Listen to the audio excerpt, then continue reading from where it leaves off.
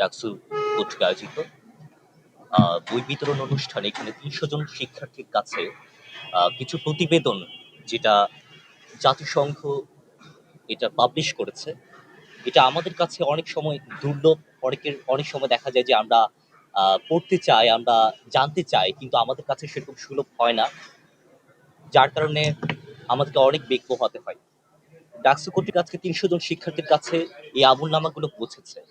আমরা জানি ১৯৭১ সালে যে মহান মুক্তিযুদ্ধ, সেই মহান মুক্তিযুদ্ধ নিয়ে এখন পর্যন্ত শহীদের সংখ্যা, তারপর কে আপনার স্বাধীনতার ঘোষণা করেছেন, এগুলো নিয়ে অনেক অনেক বিতর্ক, বিভিন্ন দলের মধ্যে, বিভিন্ন মতের মধ্যে মত পার্থক্য।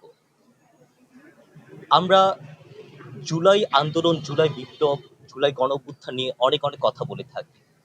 কেউ অনেক সময় হতাশা ব্যক্ত করেন, অনেকে বলেন যে আমরা হতাশ, জুলাই ব্যর্থ। অনেকে মনে করেন যে এখান থেকে শিক্ষণীয় অনেক কিছু আছে। অনেকে মনে করেন যে এখান থেকে শুরু হয়েছে, সামনে আমাদেরকে আরো আরো যাত্রা আমাদেরকে অতিক্রম করতে হবে।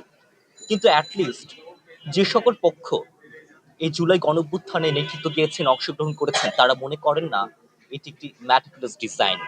হয়তোবা মনে করে থাকেন যে মনের অভিমান থেকে, যে আমরা কিছুটা হতাশ, আমরা যেটা আশা করেছিলাম আমরা সবটুকু আমরা পাইনি। কিন্তু অ্যাটলিস্ট এই যে হতাশা, এই জায়গাটা ১৯৭১ সালের পরে আমরা কিন্তু দেখেছি যে দুর্ভিক্ষ এসেছে, নানা ধরনের অনেক বাধা এসেছে। সেই বাধাও আমাদেরকে অনেকভাবে অতিক্রম করতে হয়েছে। তাই সুতরাং ২৪-এর পরপরই একদম দেশ উন্নত মানের হয়ে যাবে না। দেশ একদম সুন্দর গণতন্ত্র দিয়ে একদম ভরা পরিপূর্ণ হয়ে যাবে এমনটা না। আমাদেরকে চড়াই উতরাই অনেক কিছু পাড়ি দিতে হবে। তো সেই জায়গা থেকে আমাদের এখনো পর্যন্ত আমরা যে সময়টা অতিক্রম করছি, একদম সংকট কেটে উঠেছে এরকমও না। অনেক অনেক সংকট আমাদের কাছে এখনো বিরাজমান। এখন বামপন্থী, ডানপন্থী থেকে শুরু করে মধ্যপন্থী সকলেই জুলাই গণঅভ্যুত্থানে অংশগ্রহণ করেছিলেন। এখানে যে শহীদদের সংখ্যা বলা আছে, এখানে কে কোন মতাদর্শ, ওয়াসিম আকরাম তিনি এসেছেন একটা দলের আদর্শ থেকে। তারপর আবু সাইদ, তার হয়তো একটা আদর্শ ছিল। সেরকম অনেক অনেক শহীদ। এখানে যে স্কুলের যে ছোট বাচ্চারা যারা জান প্রাণ দিয়েছে, তাদের সেরকম একদম রাজনীতি বুঝার মতো বয়স হচ্ছে বলে তো মনে হয় না। এই যে রিয়াগো, মাত্র ৬ বছর একটা শিশু, তার কি রাজনীতি বুঝে ওঠার মতো কোনো বয়স হয়েছিল? হয়নি।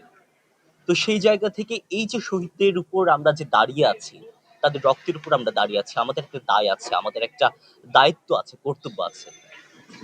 একজন রিকশাওয়ালা, তিনি যখন সেই জুলাই গণঅভ্যুত্থানে তিনি অংশগ্রহণ করেছেন, তার একরকম চাওয়া ছিল, তার একরকম স্বপ্ন ছিল। একজন শিক্ষার্থী, তার একরকম চাওয়া ছিল, পাওয়া ছিল, তার একরকম স্বপ্ন ছিল। একজন শিক্ষক, তার একরকম স্বপ্ন ছিল। সেরকম বিভিন্ন নানা শ্রেণী পেশার মানুষের ভিন্ন ভিন্ন রকমের স্বপ্ন ছিল। সেই স্বপ্নগুলোকে নিয়ে আমাদেরকে চলতে হবে, ফিরতে হবে। যারা হতাশ হয়েছেন, আমাদের তাদের কাছে পৌঁছাতে হবে এবং ইতিহাসকে ধরে রাখতে হবে।